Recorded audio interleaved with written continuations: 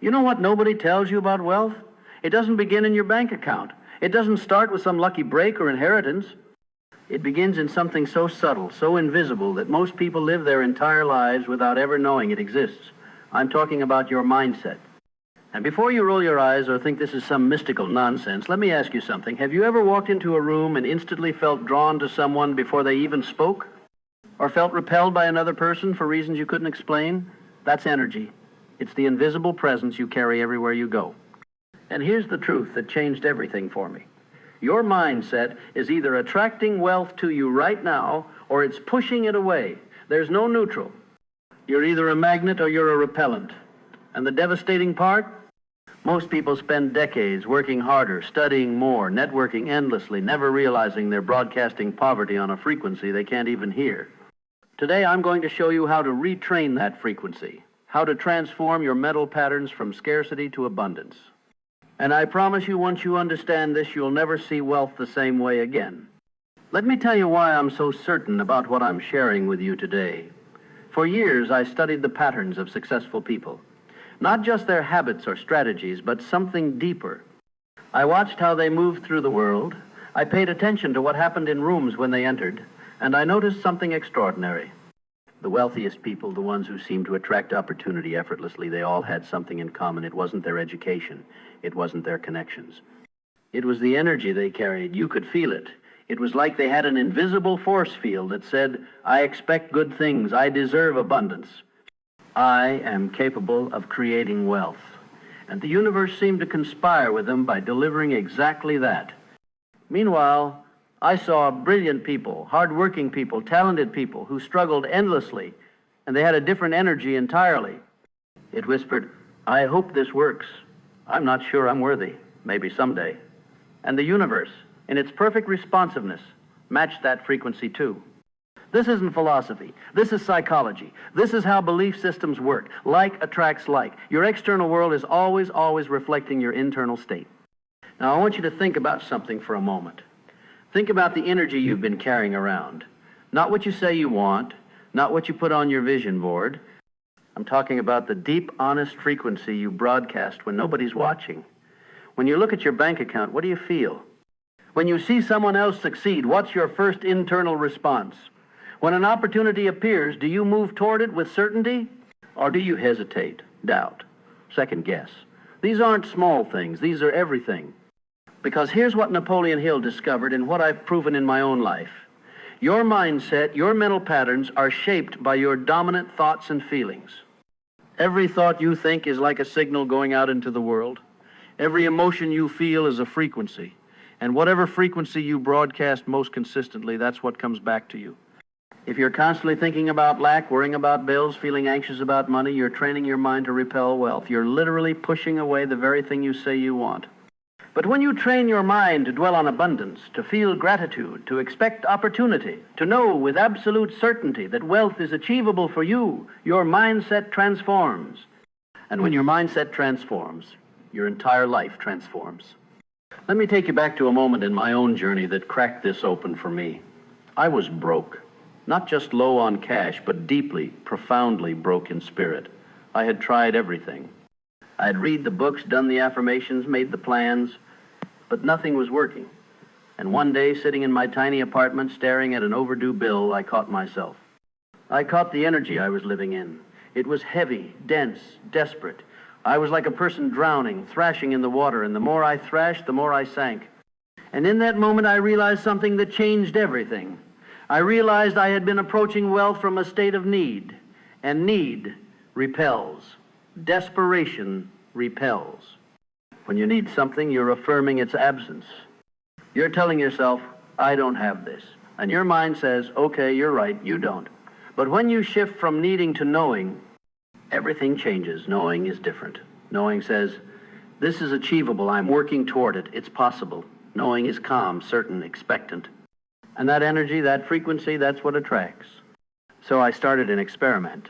I decided to live as if I were already on the path to wealth, not by spending money I didn't have, but by adopting the internal state of someone building toward prosperity.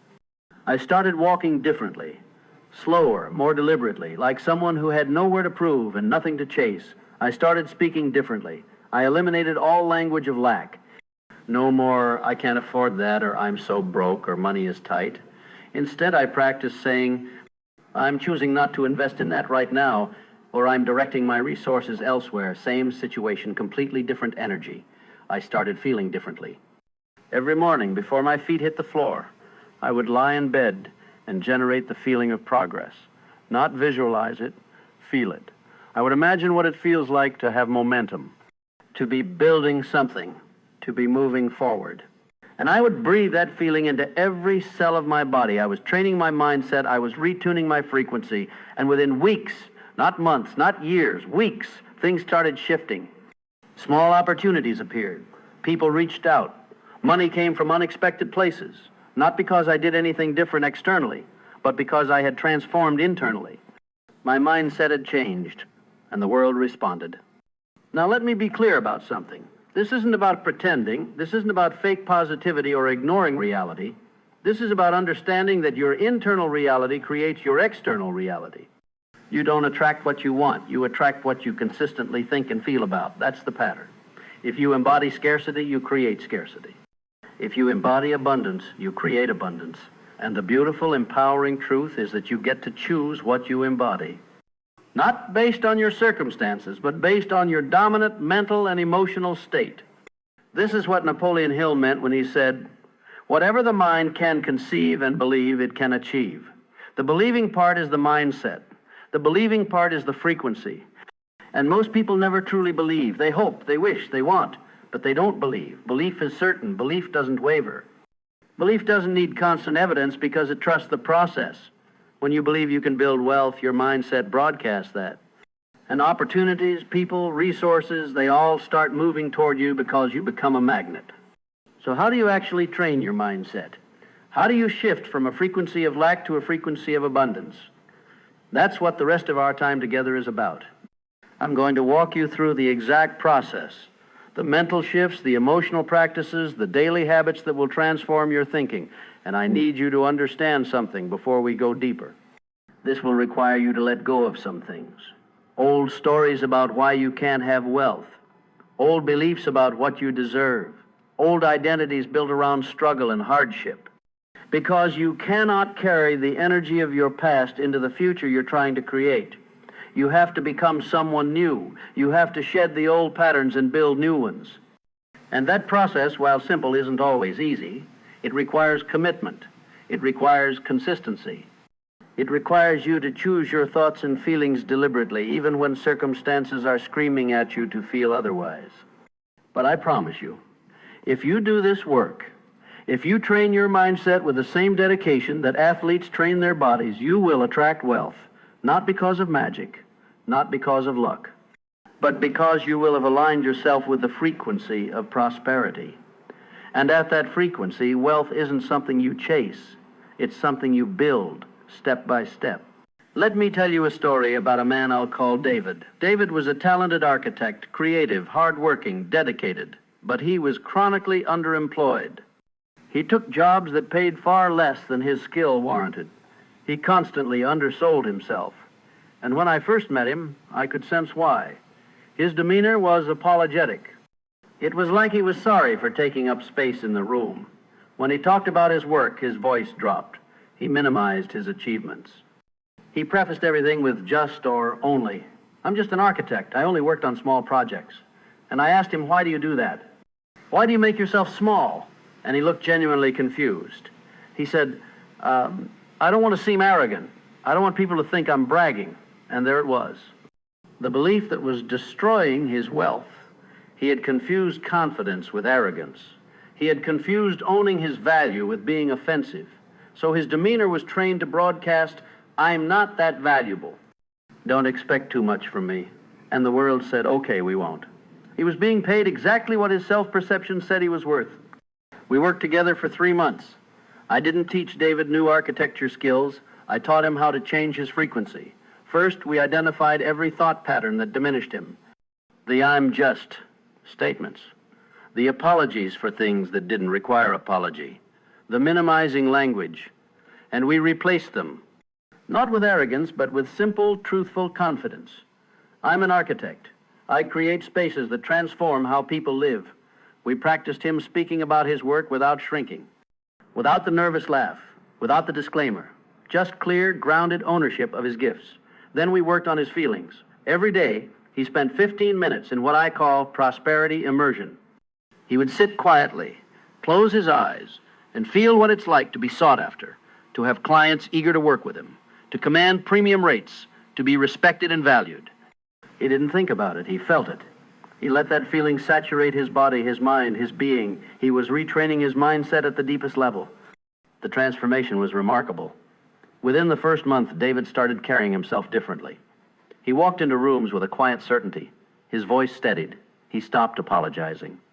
And then the external world started shifting. A former client reached out with a much larger project. Someone referred him to a high-end developer. He raised his rates, expecting resistance, and instead people said yes without hesitation. By month 3, his income had tripled. Not because he became a better architect, but because his mindset finally matched his talent. He had stopped broadcasting, "I'm not worth much," and started broadcasting, "I am valuable, I am skilled, I deserve to be compensated well." And the universe, always responsive, rearranged itself to match that new frequency. David's story isn't unique. It's what happens every single time someone shifts their mindset from lack to abundance. The external world has no choice but to reflect the internal shift. Now I want to talk about something that might make you uncomfortable. I want to talk about why you might be unconsciously attached to a scarcity mindset. Because here's a hard truth. If you haven't attracted the wealth you say you want, part of you doesn't actually want it. Or more accurately, part of you is getting something valuable from not having it. This isn't about blame, this is about awareness. Because you cannot change what you don't acknowledge. So let me ask you some questions, and I want you to be brutally honest with yourself. Does struggling with money give you an identity? Does it make you the underdog, the fighter, the one who overcomes? Does lack give you something to bond over with friends and family?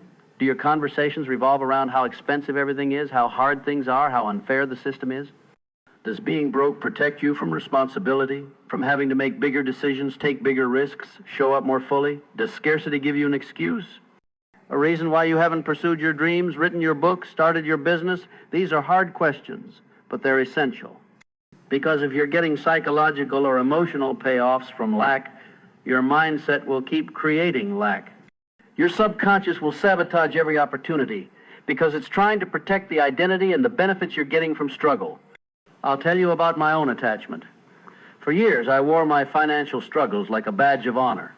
I was the person who chose meaning over money, the one who wasn't corrupted by materialism.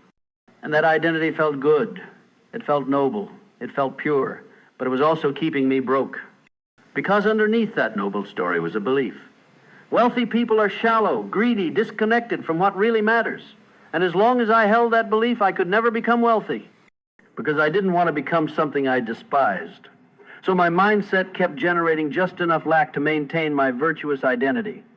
It wasn't until I realized that wealth and meaning aren't opposites, that I could be prosperous and purposeful, generous and grounded, that my mindset shifted. I had to let go of the story that money would corrupt me. The moment I released that false belief, my thinking began broadcasting a frequency of abundance that felt clean, purposeful, and aligned. And here's where it gets fascinating. Your mindset doesn't just respond to beliefs about money or success. It responds to your relationship with time itself. I've watched people sabotage their entire lives because their thinking is stuck in a temporal prison. They're either haunted by their past or terrified of their future, and their mental patterns broadcast this chronological displacement to everyone they meet. I knew a woman, brilliant executive, who couldn't hold on to professional opportunities no matter how qualified she was. Every promotion slipped through her fingers at the last moment. When I observed her patterns, I noticed something peculiar. Her mindset was literally tethered to a moment 15 years in her past, a professional failure that had humiliated her. She'd never forgiven herself, and her thinking was still there, broadcasting from that moment of shame, even though her body and mind had moved forward. Her mental patterns were sending out a signal that said, "I'm the person who failed spectacularly," and the universe kept confirming that identity by orchestrating similar scenarios. The shift happened when she performed a simple but profound practice. She began spending 5 minutes each morning consciously pulling her awareness into the present moment.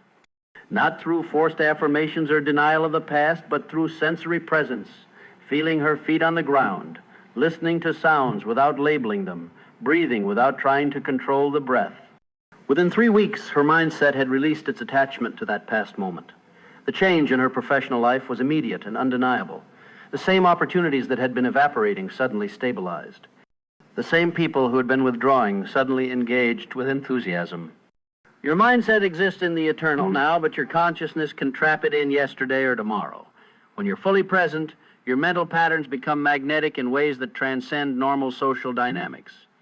This explains why people with trauma histories often struggle socially until they do the inner work. They're physically in the room, but their thinking is still trapped in past wounds. Others sense this unconsciously and keep their distance not because they're cruel, but because human beings are evolutionarily wired to detect when someone isn't truly available for connection. I saw this pattern break spectacularly with a client named Marcus. He'd been carrying his father's abandonment like a weight around his neck for 30 years. In every social interaction, part of him was still that 8-year-old boy scanning for rejection. People treated him accordingly, polite but distant, never quite letting him in. Then something shifted. He didn't just intellectually process the wound through therapy. He did the deeper work of releasing it from his mental patterns through breathwork and somatic practices. Within weeks, his social life transformed without him changing a single external behavior. Same person, same conversation topics, completely different responses from others. What changed wasn't his words or his appearance. It was that his thinking was finally in the present moment instead of trapped in 1994. People unconsciously recognized they were finally meeting the real Marcus, not the ghost of his wounded child self. This is why presence is the foundation of all authentic charisma. You can learn persuasion techniques, mirroring, storytelling structures, all useful tools. But if your thinking isn't present, you're building a mansion on quicksand. People will sense the incongruence between your techniques and your mental state, and trust collapses. The most magnetic people I've studied share this quality above all others. When you're with them, they're actually with you. Their attention isn't divided. Their thinking isn't scattered across 12 different concerns. They've somehow managed to bring their full consciousness into this moment with you right now. And here's what makes this both challenging and liberating. You cannot fake this. Your nervous system cannot lie about where your consciousness truly is. You can pretend to listen while mentally drafting emails, but your presence broadcasts the truth. You can smile and nod while reviewing past regrets, but others feel the disconnection in their bodies even if they can't name it. This is why charismatic people seem to command attention. Without effort, they are genuinely here, occupying the same moment everyone else occupies. Their presence isn't performance, it's convergence. When someone is fully present, they create what neuroscientists call neural synchrony, a measurable alignment between brains. Your mirror neurons fire in harmony with theirs. You lean in without deciding to. Time seems to both slow and accelerate. Compare this to the person who walks into a room while still psychologically in their car, their morning argument, their afternoon deadline.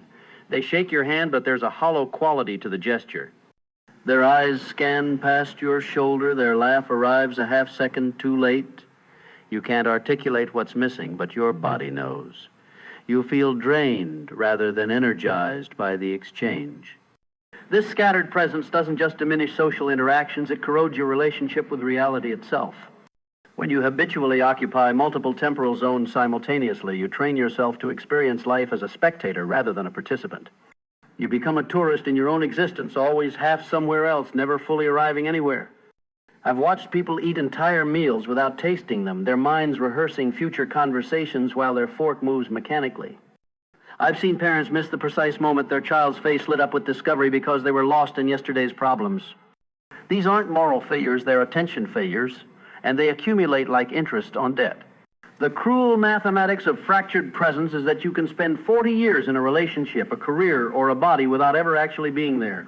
You can log the hours without earning the experience. Physical proximity without conscious presence is just shared emptiness. Your life isn't happening later, in the imagined future where conditions finally align. It's not preserved in the past, waiting to be properly understood. It's happening in the only moment you ever directly touch this one. Miss this moment while mentally time traveling, and you don't get to file it away for later viewing. It's simply gone, replaced by a vague memory of absence. The revolution in your external world begins with this internal consolidation, gathering the scattered fragments of your attention and bringing them home to now. And here's the paradox that stops most people in their tracks. The more desperately you chase contentment through external changes, the more it eludes you. But when you anchor yourself in present awareness, when you stop fragmenting your consciousness across past regrets and future anxieties, you discover a reservoir of peace that was always available. Not because your circumstances have changed, but because you've stopped demanding that each moment be different from what it is. This doesn't mean passive acceptance of injustice or unnecessary suffering. It means seeing clearly what can be changed and what cannot, then directing your energy accordingly. The person trapped in mental complaint exhausts themselves, fighting reality itself, arguing with what already is, as if their resistance might retroactively alter it. Meanwhile, the centered person acknowledges what is, then asks, given this reality, what constructive action is available to me now? Notice how different these two approaches feel in your body. Mental complaint creates tension, shoulders tighten, jaw clenches, breathing becomes shallow. It's the physiology of struggle, of being at war with existence. But present moment awareness allows relaxation, even amid challenge. Your body recognizes that in this exact moment, as you sit or stand here now, you are fundamentally okay. Not perfect, not problem-free, but okay, breathing, alive, capable. I spent years believing that once I achieved certain milestones, I would finally permit myself to relax into contentment. The goal became a moving target, always just beyond reach. Each achievement brought a moment of satisfaction, then the immediate question, what next? The future self who would finally be satisfied remained fictional, always one more accomplishment away. The shift happened when I realized that contentment isn't a destination you arrive at after sufficient achievement. It's a skill you cultivate moment by moment, regardless of circumstances. It's the practice of meeting what arises without the constant mental commentary that labels everything as either moving you toward or away from happiness. Sometimes you're uncomfortable. Sometimes you're uncertain. Sometimes you're genuinely struggling. But underneath the changing conditions, there's an awareness that remains steady, the consciousness that witnesses all these fluctuations without being destroyed by any of them. And this consciousness, this witnessing awareness, is what gives you access to genuine power, not the manufactured confidence that collapses the moment circumstances shift against you. Think about the last time you tried to force yourself to feel confident before a big moment. Maybe you stood in front of a mirror repeating affirmations, trying to convince yourself you were ready. Maybe you listened to motivational music, psyching yourself up, building that emotional energy, and for a while it worked. You felt pumped, you felt ready. But then the moment arrived, and somewhere in the middle of it, that manufactured confidence started to crack. You noticed your hands shaking slightly. You heard your voice waver. And suddenly, all that confidence you'd built up felt like a costume you were wearing badly. That's because you were trying to create a feeling rather than recognizing a truth. Real confidence doesn't need to be manufactured because it's not based on feeling a certain way. It's based on knowing you can handle whatever comes, not because you're guaranteed to succeed, but because you're capable of responding, learning, and continuing regardless of the outcome. There's a scene in thousands of people's lives that illustrates this perfectly, though most never think about it this way. It's when you learn to swim, or if you never did, when you watch someone else learn. At first there's terror. The water feels like an enemy. You're convinced you'll sink. Every instinct screams at you to grab onto something solid to get back to safety, but then something shifts. Not through affirmation, not through pretending, through experience. Through letting go just enough to discover that the water actually holds you if you stop fighting it so desperately. That moment of realization when you first felt yourself float wasn't you becoming confident, it was you discovering a truth about how water and bodies interact. From that point forward, you didn't need to psych yourself up before entering a pool. You just knew. The water would hold you, you could breathe, you could move.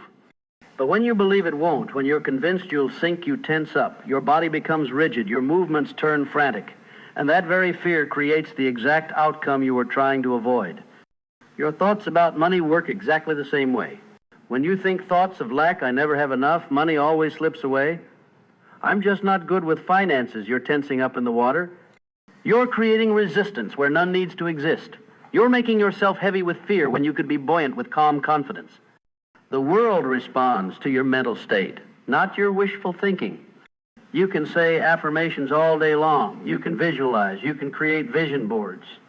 But if underneath all of that, your dominant thought pattern is one of anxiety, scarcity, and fear, that's what will manifest. That's the signal you're broadcasting. That's the reality you're constructing. This is why some people seem to attract money effortlessly while others struggle despite working twice as hard. It's not just about luck. It's not just about privilege, though circumstances certainly play a role. It's about the fundamental thought patterns running in the background of their minds. The person who attracts wealth easily holds a thought pattern of abundance. They expect good things. They see opportunities where others see obstacles. When money comes to them, they think, of course. When it flows out, they trust more will come. Their mental posture is open, relaxed, confident. The person who struggles holds a thought pattern of scarcity. They expect difficulty. They see threats where others see possibilities. When money comes, they think, this won't last. When it flows out, they panic and grip tighter. Their mental posture is closed, tense, fearful. And here's what most people miss. Both of these patterns are self-fulfilling prophecies. The abundant thinker takes actions that align with abundance. They invest in themselves. They take calculated risks. They build relationships. They see value and create value. Their confidence makes others want to work with them, support them, buy from them. The scarcity thinker takes actions that align with scarcity.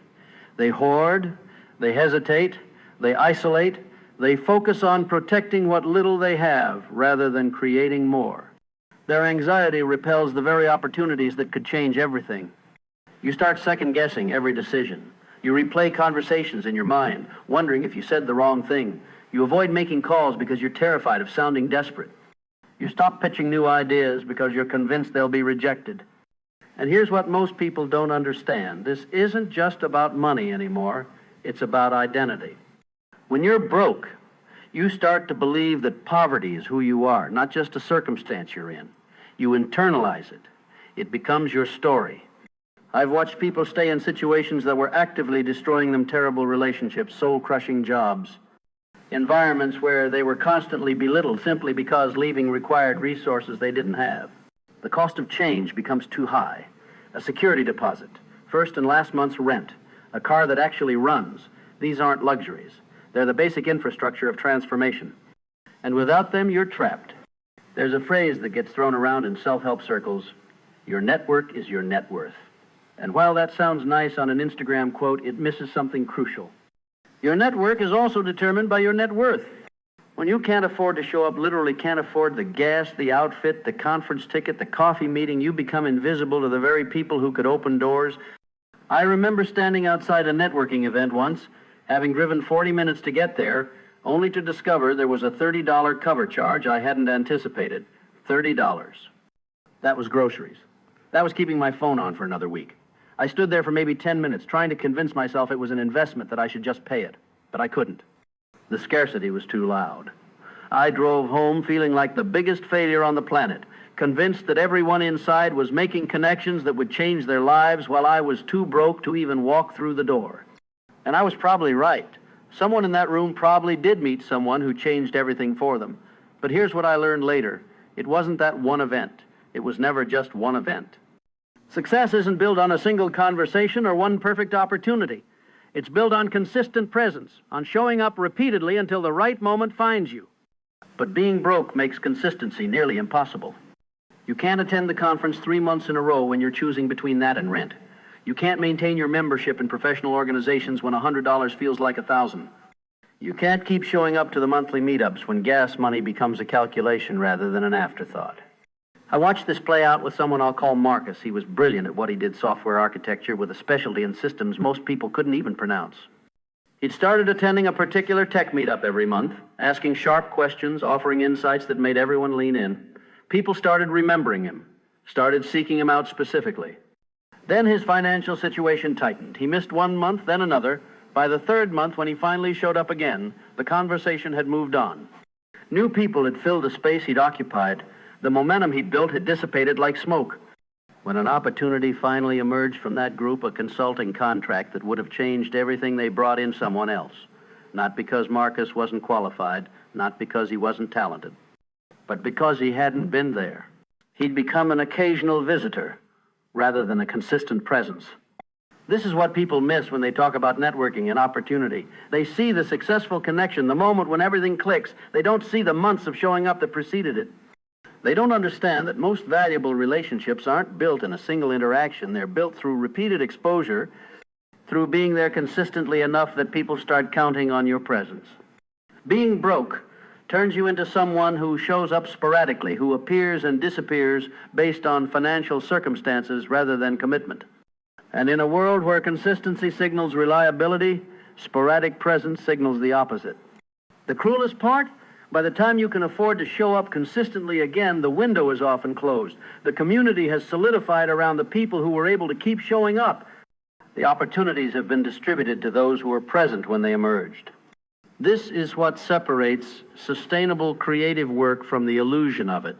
It's not about talent. It's not even primarily about passion. It's about having the material conditions that allow you to keep showing up during the years when nothing is happening. I've watched this play out in every creative field I've studied. The writers who make it aren't necessarily the most gifted. They're the ones who could afford to write their third, fourth, fifth unpublished novel. The filmmakers who break through aren't always the most visionary.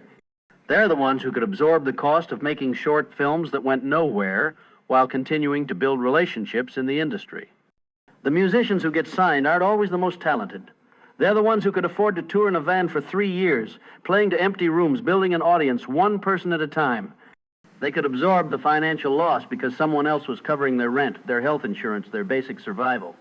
This is the hidden subsidy that makes creative careers possible. And we almost never talk about it directly because it undermines the myth that we've built around artistic success, the myth that cream rises to the top, that quality will eventually be recognized, that the market rewards excellence. The market doesn't reward excellence. The market rewards persistence. And persistence is expensive. What's particularly insidious about this is how it becomes self-perpetuating. Once someone has built a career through this hidden subsidy, their success becomes evidence that the system works. They become living proof that if you're good enough and work hard enough, you'll make it. But what's invisible is the foundation beneath them, the financial support that allowed them to keep working during the years when the work itself generated nothing. This invisibility creates a strange paradox in creative industries. The people who benefit most from family wealth are often the most likely to attribute their success entirely to talent and perseverance.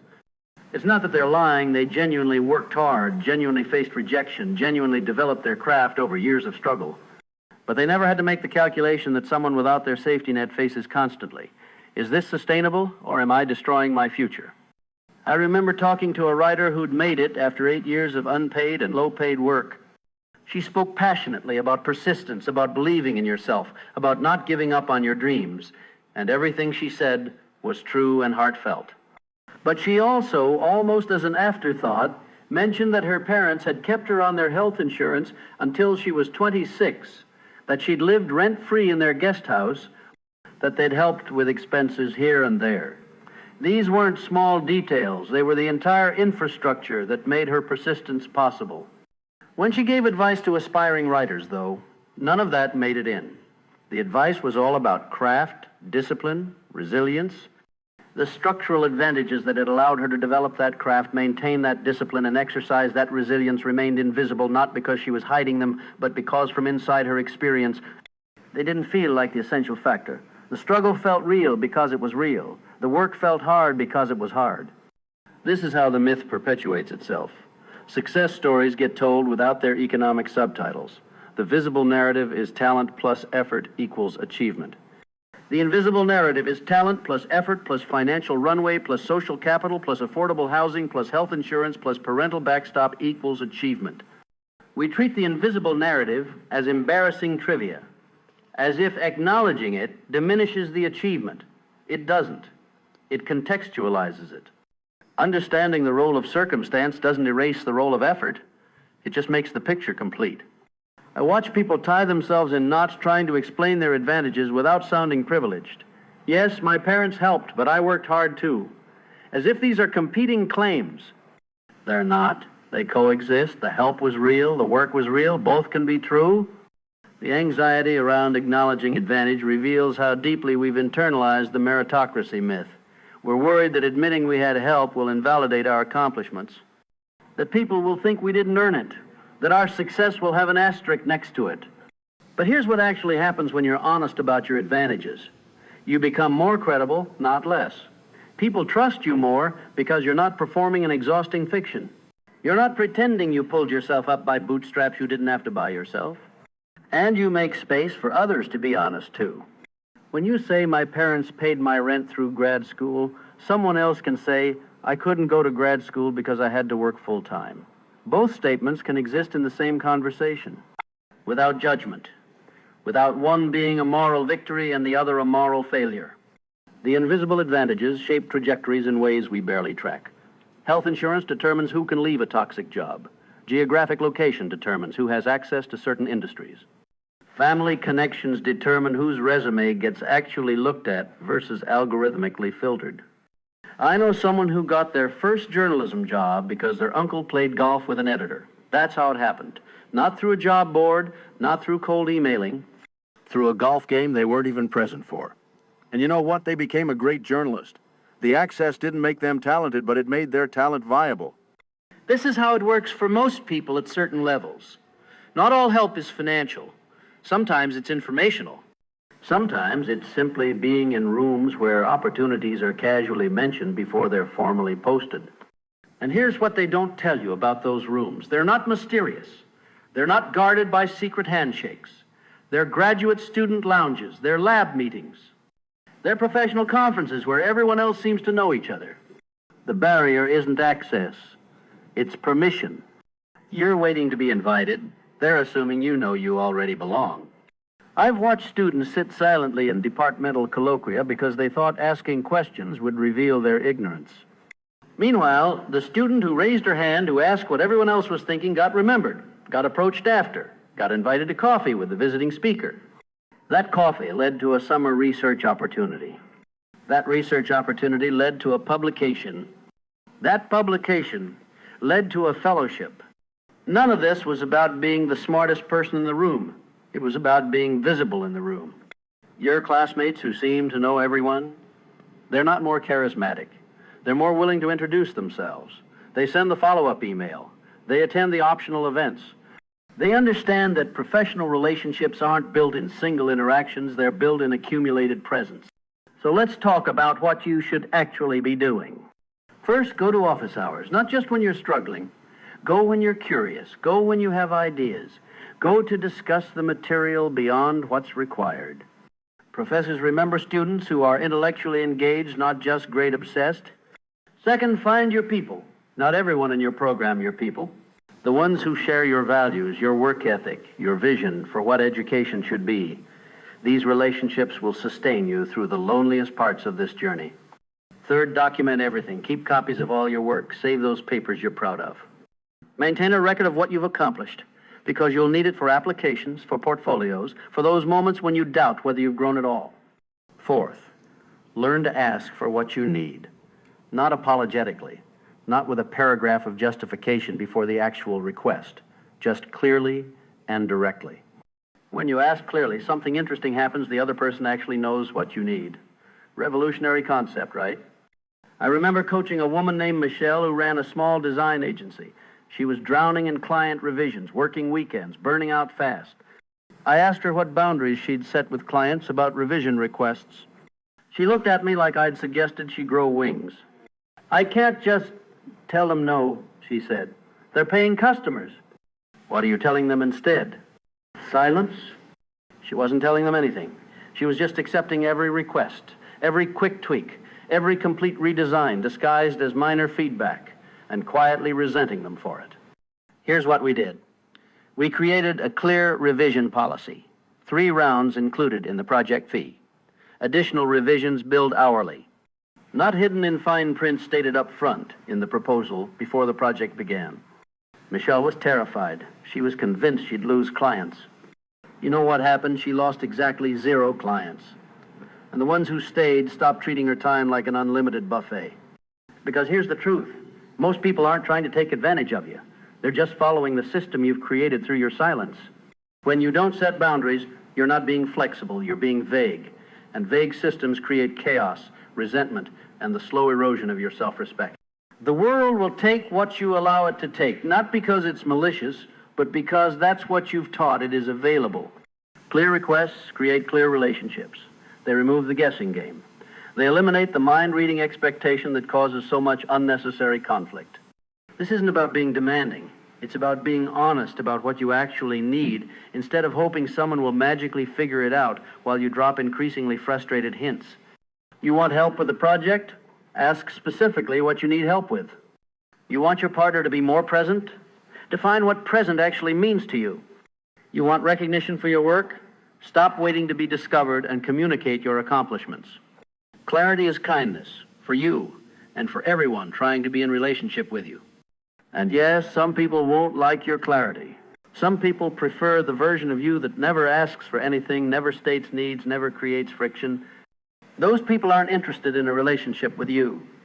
They're interested in a relationship with their projection of you, the compliant, undemanding, perpetually available version that requires nothing in return. Let them be uncomfortable. Your clarity will filter out the people who can't handle your humanity. And here's what I want you to understand about that filtering process. It's not cruel. It's not selfish. It's actually the kindest thing you can do for yourself and for others. Because when you're clear about who you are and what you need, you stop wasting everyone's time. You stop investing emotional energy into connections that were never built to sustain weight. You stop bending yourself into shapes that make you unrecognizable even to yourself. I used to think that being easy to get along with was my greatest asset. I prided myself on being low maintenance, adaptable, understanding. But what I didn't realize was that I had confused easy to get along with easy to overlook.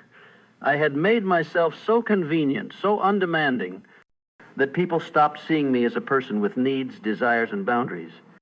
I became a supporting character in my own life, always available to help others write their stories, but never claiming space for my own narrative.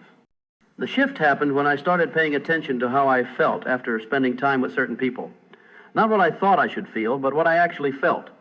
Did I feel energized or depleted? Seen or invisible? Valued or useful? Those feelings were data, and I had been ignoring the data for years because I was so committed to the story I wanted to believe about those relationships. There was this one friendship I held on to for almost a decade. Every time we made plans, I would rearrange my schedule, drive across town, show up with the thoughtfulness I brought to everything, remembering the small details of their life, asking the right questions, offering support when they needed it. And every time I would leave feeling empty. Not because the conversation was bad, but because it was always one direction. They talked, I listened. They needed, I gave. They canceled, I understood. I became a professional accommodator, a master of the soft yes and the gentle maybe. Of course, no problem. Whatever works for you, don't worry about it. These phrases became my mantra, my automatic response to any inconvenience, any disappointment, any clear sign that I was being taken for granted. The sad truth? I thought this was love. I thought this was what connection required. I believed that if I could just be understanding enough, flexible enough, accepting enough, then finally I would earn the kind of care I was giving so freely. But here's what I was really doing. I was training people how to treat me. Every time I said it's fine when it wasn't, I was teaching them that my feelings didn't matter. Every time I rearranged my life to fit their schedule while they never considered mine, I was showing them that my time had no value. Every time I swallowed my disappointment with a smile, I was proving that they could let me down without consequence. I was creating a pattern, writing an instruction manual titled How to Use Me Without Reciprocation. And people followed it perfectly, not because they were terrible, but because I was such a convincing teacher. The breaking point came quietly, not with some dramatic betrayal or obvious cruelty. It came on an ordinary Tuesday when a friend canceled our plans for the third time in a row, barely apologizing, clearly not thinking twice about it. And instead of my usual, no worries, let's reschedule, something inside me just stopped. I sat there staring at that text message and suddenly saw the entire pattern laid out like a map. All those years of bending, all those moments of shrinking, all those times I'd set myself on fire to keep others warm, and the devastating realization they weren't even cold. They barely noticed the light. I kept searching for evidence that I mattered to them, analyzing their text response times like a detective looking for clues. They replied in 3 minutes last week, but today it took 4 hours. What did I do wrong? Celebrating the smallest crumbs of attention like they were full meals. A like on my post felt like validation. A casual "we should hang out sometime" that never materialized became something I'd replay for weeks, convincing myself it meant something. I had screenshot conversations to study them later, reading between lines that had nothing between them, turning K into a dissertation on what I might have done to deserve such a cold response, creating entire narratives around their silence. The exhaustion of it, waking up and immediately checking if they'd reached out. Crafting the perfect message, then deleting it, rewriting it, adjusting the tone, removing an emoji, adding it back, waiting exactly 17 minutes before sending so I didn't seem too eager. Playing it cool while internally screaming for their attention. And here's what really breaks my heart looking back. I convinced myself this was normal, that love meant anxiety, that caring about someone meant losing sleep over their every mood shift, that if I wasn't constantly worried about losing them, I must not care enough. I normalized my own suffering, called it dedication, called it loyalty, called it love. But there's a word for what it actually was: self-abandonment. Every time I twisted myself into a pretzel to fit their needs, I was abandoning myself. Every time I silenced my own voice to keep the peace, I was betraying the person who needed me most, me. And the cruelest part, they didn't ask me to do this. Most of them had no idea the mental gymnastics I was performing. I was solving problems that didn't exist, fighting battles no one asked me to fight, sacrificing myself at altars no one had built. I was my own tormentor, wearing their face as a mask. The breaking point came quietly, not with a bang, but with a whisper. I was sitting alone on my birthday. They'd forgotten again, and instead of making excuses for them, instead of convincing myself it was fine, I just felt it. The sadness, the loneliness, the truth I'd been running from.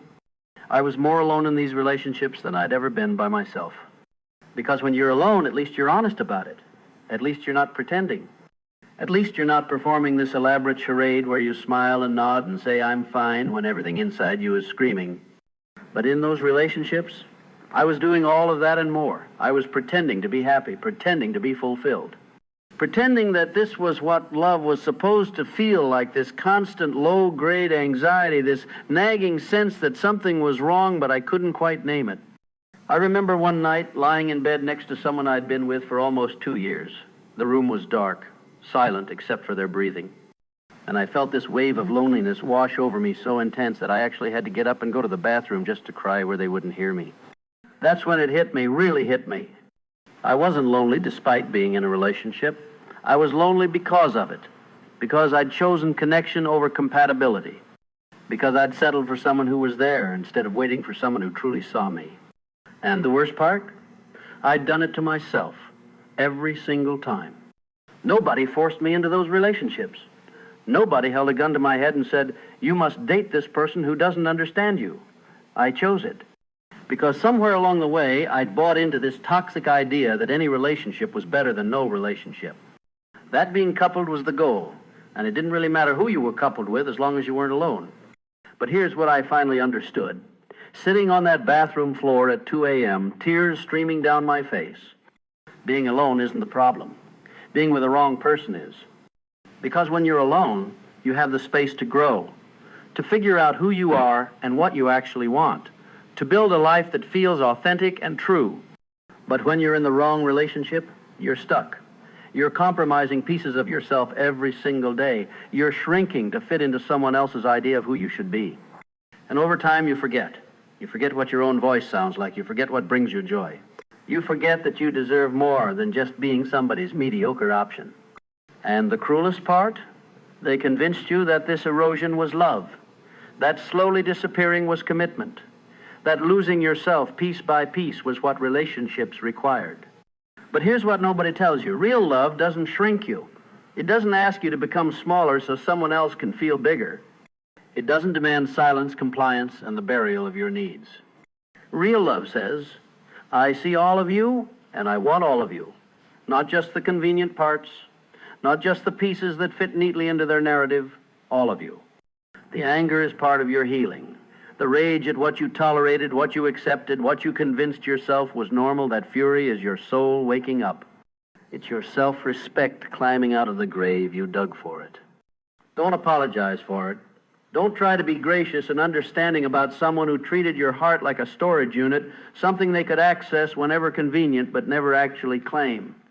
You're allowed to be angry that you gave years to someone who gave you breadcrumbs. You're allowed to be furious that you believed their words while their actions told a completely different story.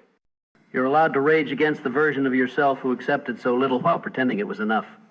Because it wasn't enough. It was never enough. And somewhere deep down, even in your darkest moments of self-deception, you knew it. That's why you're here now. That's why you finally walked away, or they finally left, and instead of collapsing completely, something in you whispered, "This ends now!" The work ahead isn't easy. You'll have moments where you romanticize what you left behind. Your mind will play highlight reels of the good times, conveniently editing out all the moments you cried yourself to sleep, all the times you felt invisible, all the conversations where you begged for the bare minimum. You'll be tempted to reach out, to check if they've changed, to see if maybe now, finally, they're ready to give you what you always deserved. Don't. That person showed you exactly who they were. Believe them, not their potential, not their promises, their actions, their choices, their patterns. You think you're close to understanding them. You think if you just watch a little longer, analyze a little deeper, you'll finally crack the code. But here's what you're really doing. You're collecting evidence, building a case, preparing for a trial that will never happen. You're the prosecutor, the judge, and the jury all rolled into one exhausted human being who forgot that relationships aren't courtrooms. And while you're busy being Sherlock Holmes, Detective Columbo, and the entire cast of CSI combined, you're missing the most important clue of all. The case you should be investigating isn't about them. It's about you. Why do you need this level of certainty? Why isn't your own discomfort enough evidence? Why do you need them to be provably, undeniably, courtroom-level guilty before you'll give yourself permission to leave? Because here's the truth most people don't want to hear. You don't need proof. You don't need a smoking gun. You don't need witnesses or DNA evidence or a signed confession. You need a reason that feels big enough, dramatic enough, justified enough to override the guilt you feel about wanting something different for your life. You're not looking for evidence of their wrongdoing. You're looking for permission to prioritize yourself. And you think that permission can only come from them being bad enough, wrong enough, toxic enough to make your exit justifiable to everyone watching. But who's watching? Really? Who are you performing this evidence gathering for? Who are you trying to convince? Your friends who already see what you can't? Your family who stopped asking how things are going because the answer is always the same non-answer? The imaginary tribunal in your head that demands you suffer a certain amount before you're allowed to leave? You're creating obstacles that don't exist. You're setting standards for departure that you'd never apply to someone you love. If your best friend came to you and said, "I'm not happy, I haven't been for a long time, and I don't see it getting better," would you say, "Well, have you documented their behavior? Do you have proof? Can you present a compelling case?" No, you'd say, "Then why are you still there?" The answer you're looking for isn't in their text messages, or their behavior patterns, or the testimony of mutual friends. It's in the quiet voice that's been whispering to you all along, the one you keep drowning out with analysis and overthinking and the desperate need for certainty. That voice that says, "You're not happy, this isn't what you want, you deserve better." Listen to it. Not when you have enough evidence, not when you can build an airtight case, not when everyone else agrees with you. Now, your discomfort is enough, your unhappiness is enough, your sense that something fundamental is missing that's enough. You don't owe anyone an explanation that satisfies them. You don't need to make your departure make sense to people who weren't living inside your experience. You just need to honor the truth that's been patiently waiting for you to acknowledge it. This isn't working. It hasn't been working. And you're finally ready to stop pretending it is.